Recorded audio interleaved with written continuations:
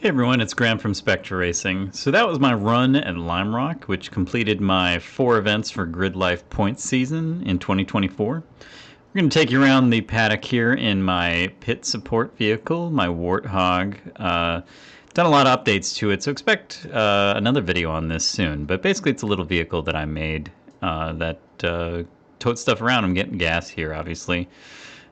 But anyway, so Lime Rock ended the season here in Connecticut. I had never been to this track before. It was very, very technical. Even though it was pretty short, it kind of felt like a mini road Atlanta, is kind of the best way to describe it.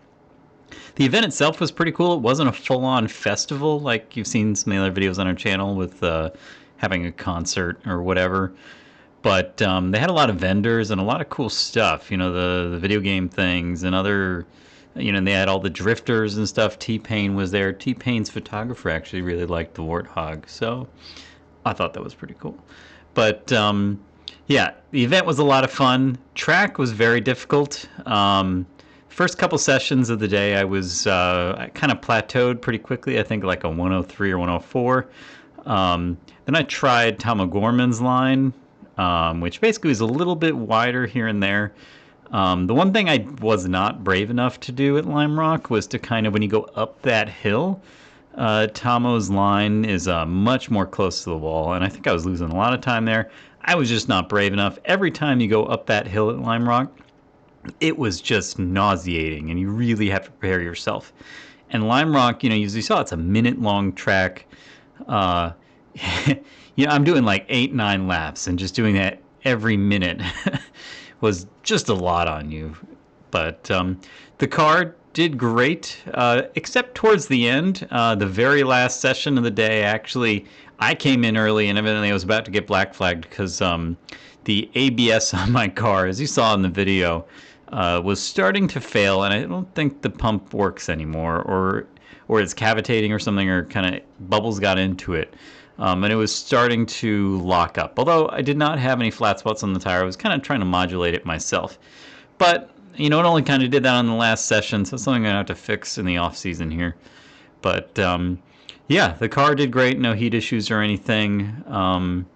And so placing-wise, so keep in mind this was my 4th event throughout the year. I did Carolina Motorsports Park in Kershaw, South Carolina. I did Gingerman in Michigan, and Road America in Wisconsin, and Lime Rock. And each event, I'll be honest with you guys, the car and myself probably aren't super competitive, really.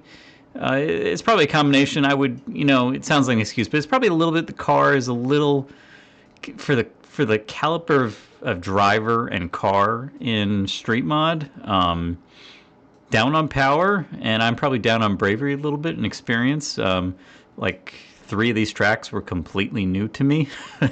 So that, you know, it didn't help. It's one of the reasons why I got a simulator. And I did a video on kind of using the comparison of simulator to the track in real life. And it did help a lot, but, you know, nothing beats just like raw experience of the track itself.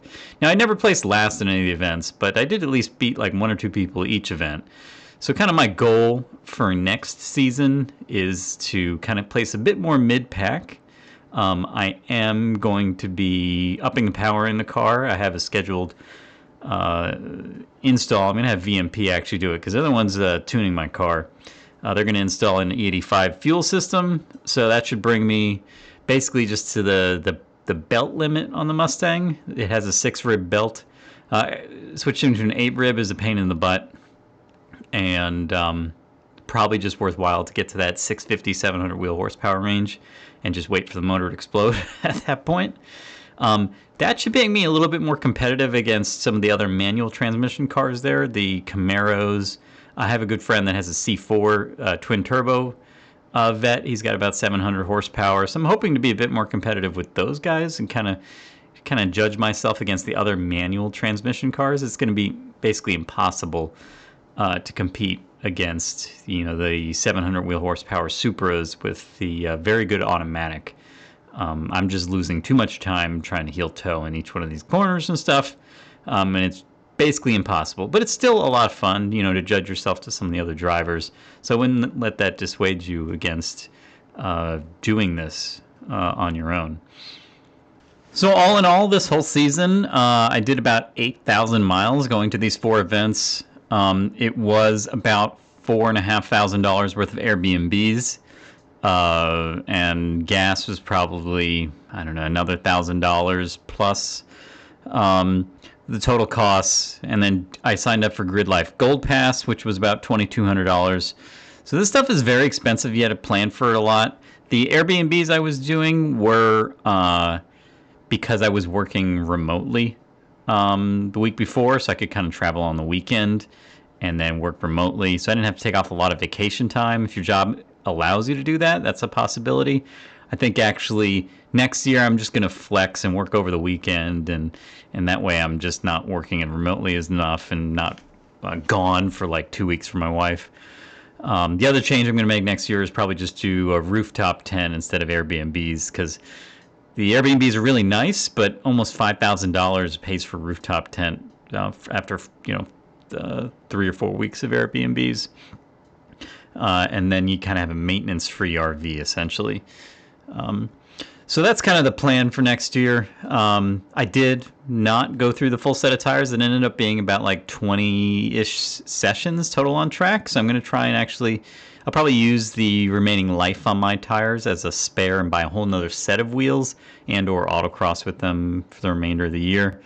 But yeah, that's, and the truck and trailer, I just posted a review of the trailer that I'm using. That worked great for the whole for half of the season. I sold my old trailer. The Futura lowering trailer is a great trailer, except for one little thing. But watch the video, and yeah, and I used a Tacoma to tow all 8,000 plus miles for this season, which actually ended up being pretty okay.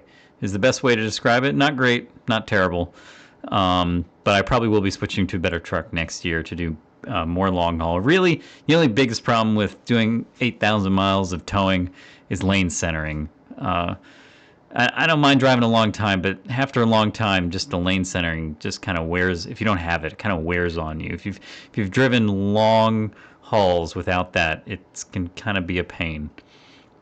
But I think that's the end here. So stay tuned for the next Mustang build video, which will probably be something along the lines with the E85 fuel system. And thanks for watching.